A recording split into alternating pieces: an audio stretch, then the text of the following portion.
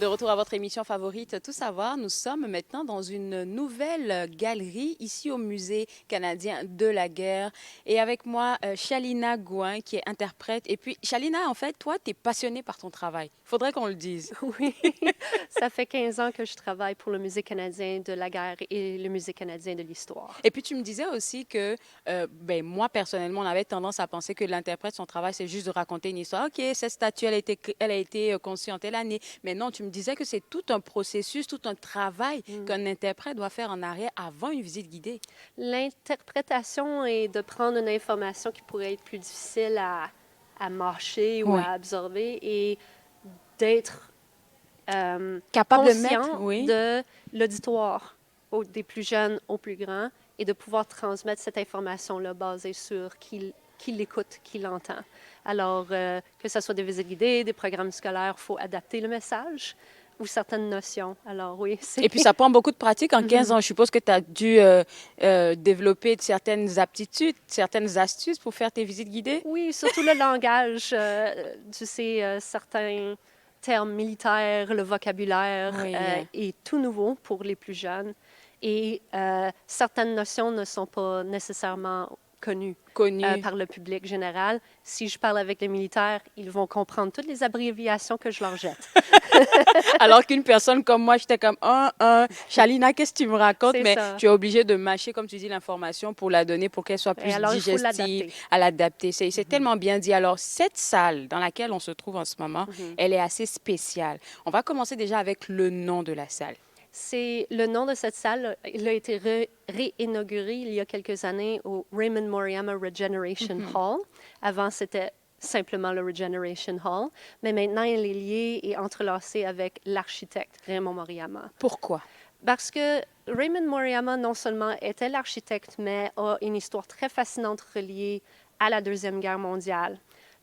L'édifice que nous nous trouvons dedans a comme thème la régénération. Oui. La guerre est une activité extrêmement destructive et elle Hmm. peut laisser Des des traces. cicatrices, Oui. des traces, des Oui. blessures, Oui. euh, bien sûr physiques, mais aussi psychologiques. Alors, Raymond Moriyama, étant japonais-canadien, a vécu une très différente histoire. La majorité des Canadiens vivant au Canada, Mhm. parce qu'il était d'origine japonaise, à l'âge de 13 ans, il a été interné, donc emprisonné dans son propre pays, à Slocum, un camp pour les Wow. prisonniers essentiellement de guerre À japonais-canadiens. 13 ans. Alors, pendant 3 ans, cette expérience l'a vraiment marqué et fait partie de son cheminement. Sa famille continue à vivre au Canada.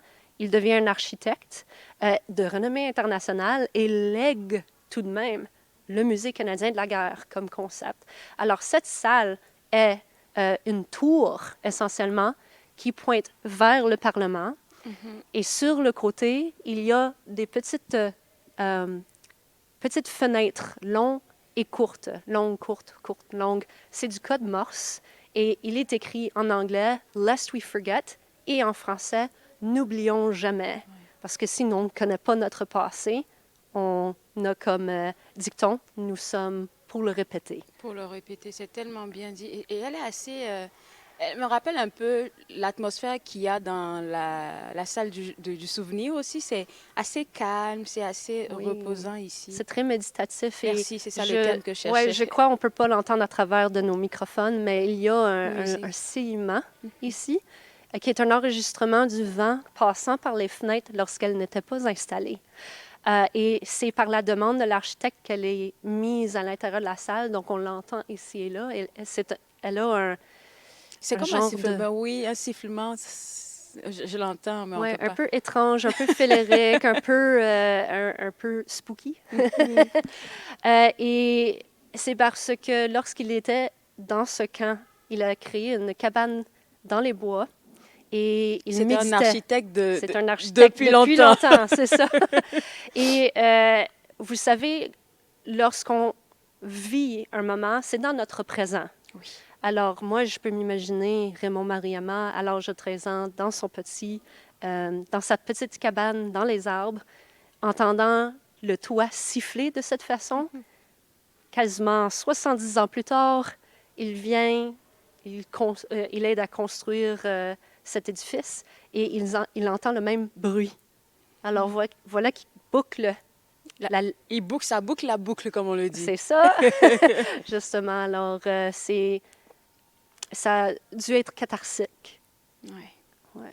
Et puis, très rempli d'émotions aussi pour lui de se rappeler que ce sifflement de vent là lui rappelle, tu sais, 70 ans, on va dire, en arrière, ou je sais plus. On vit le monde à travers de nos sens, que ce soit Ouais, l'odeur, quelque ouais, chose qu'on ouais. voit, et donc que ce soit un son ou une odeur particulière qui nous ramène dans le passé. Mhm. C'était peut-être pour cette raison qu'il a demandé que cet enregistrement soit mis. Et on retrouve, Shalina, beaucoup de statues dans cette salle-là. Donc, je suis juste curieuse de savoir, c'est quoi tout ça? D'où est-ce que ça nous vient? Ces sculptures sont les originales maquettes créées par un artiste qui s'appelle Sir Walter Alward. OK. Euh, Elles toutes? Tous. OK. Nous avons 17 des 21 sculptures originales OK. qui avaient été créées à l'intention du monument commémoratif de guerre de la Crête de Vimy. Alors, c'est le plus grand monument à la commémoration de la Première Guerre mondiale des défunts en France qui n'ont aucune sépulture connue. Donc, ce monument est essentiellement une pierre tombale nationale, un peu comme le soldat inconnu, la pierre Inconnu, oui. tombale, OK. où quelqu'un pourrait faire un pèlerinage et trouver le nom gravé sur le monument. Il y a le nom de 14 700 et plus Canadiens décédés dans la Première Guerre mondiale qui n'ont aucune sépulture connue. Et ces sculptures se trouvent le double de leur grandeur en marbre en France pour le pèlerinage des Canadiens, avec soit qui ont des aïeux qui n'ont pas une pierre tombale pour pouvoir OK. visiter. Est-ce que, ça c'est une question un peu piège, c'était pas prévu. Est-ce que tu as une sculpture que tu préfères ou qui réveille des émotions chez toi parmi toutes celles qui sont là? Il y en a deux. Une est Bon, placée à l'intérieur de la salle de façon très évidente, OK, comme si celle-là. un rayon lumineux Oui. la frappe. Et elle est vers ou faisant face le Parlement. On ne peut pas voir à travers les vitres opaquées. Mais cette sculpture, son nom, c'est l'Espoir. L'espoir, OK. Parce que juste parce que nous n'avons pas de guerre ou nous ne sommes pas en état de guerre, ne veut pas dire qu'on vit dans des temps paisibles. Tellement bien dit. Et... Alors, mais il faut tout le temps se rappeler qu'il y a de l'espoir, mais il faut y travailler pour conserver cet état de paisibilité. De paisibilité, tu as bien raison. Et la deuxième? La deuxième, c'est le porteur de flambeau ici qui s'appelle le sacrifice, Oui. parce qu'il y a cette imagerie d'une torche portée vers le haut. Elle est très forte comme image de l'art classique ou victorienne. Et comme la Statue de Liberté, elle me fait penser à ça. En fait, le monument commémoratif de Vimy est un peu notre Statue de Liberté au Oui, Canada. tu me racontais ça. Est-ce que, oui, tu disais que quand tu reçois des jeunes ici pour faire, comme tu dis, passer le message que ces statues-là, bon, cette statue en particulier, c'est un peu comme notre statue de la liberté. Pourquoi tu le dis? Parce qu'à la fin de la Première Guerre mondiale, la France a donné en cadeau la sculpture ou la Statue de la Liberté aux États-Unis. Et au Canada, elle avait donné la crête de Vimy que le corps canadien a réussi à capturer en 1917 à son utilisation à perpétuité. Et c'est là où le gouvernement canadien a créé le monument commémoratif de Vimy. Alors, le fait que cet énorme monument se trouve là, pour moi, c'est l'équivalence De la statue. de la Statue de Liberté. Très bonne déduction, je suis très d'accord avec toi. Et à chaque fois que tu as des visiteurs qui viennent dans cette salle-là, c'est quoi le message avec lequel tu as envie qu'ils repartent? Ou bien c'est quoi la leçon que tu veux qu'ils retiennent? Comme la salle elle-même est pointée vers le Parlement, comme un doigt, Ouais, c'est vrai, c'est comme comme, un ouais, doigt, c'est comme ça, oui. et que sur le côté est gravé à travers les fenêtres « Je me souviens ». À l'arrière de tout ça se trouvent les 3 millions d'artefacts de l'héritage et le patrimoine d'un peuple, d'une communauté et de ces gens qui ont vécu la guerre. Et que tous, et j'imagine, nous voulons avoir un monde et une communauté qui n'ont pas besoin d'en faire expérience dans le futur. Ouais. Alors, cet héritage et ces histoires que nous conservons sont celles que nous décidons ensemble, collectivement, sont celles qui vaut de garder conservées. Et c'est à ça que ça sert un musée. Tu es une très bonne interprète. Je te dis, là, tu me crées de l'émotion. En 30 secondes, est-ce que tu pourrais me dire qu'est-ce que ça représente pour toi la journée du souvenir? J'ai posé la question à tes collègues aussi.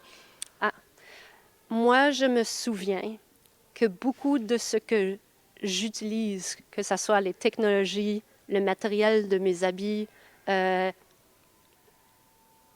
sites web ou l'Internet, ont tous été créés et engendrés et développés par des besoins horribles, essentiellement.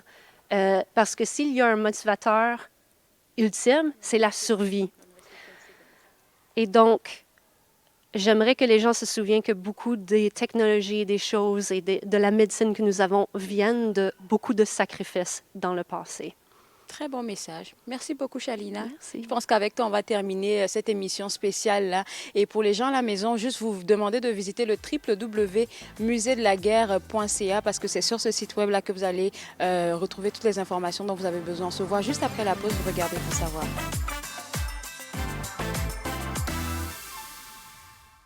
De retour à votre émission favorite, Tout savoir. J'espère que vous avez pris plaisir à regarder cette émission spéciale pour la commémoration du jour du souvenir. Juste vous rappeler que demain, 11 novembre, ici même au Musée canadien de la guerre, il y aura plusieurs activités, surtout ces petits moments de recueillement dans la salle du souvenir. Vous êtes invités à y participer. Donc, toutes les informations sont sur le www.muséecanadiendelaguerre.ca. Dernière chose aussi que je voulais mentionner, si vous venez au musée, vous pourriez visiter des expositions et rencontrer, par exemple, l'interprète avec qui j'ai parlé tantôt, Shalina Gouin, qui se fera un plaisir de vous faire découvrir qu'est-ce qui se passe ici au musée. Alors, bonne journée de commémoration du jour du souvenir encore une fois et on se voit à une prochaine émission. Bye bye.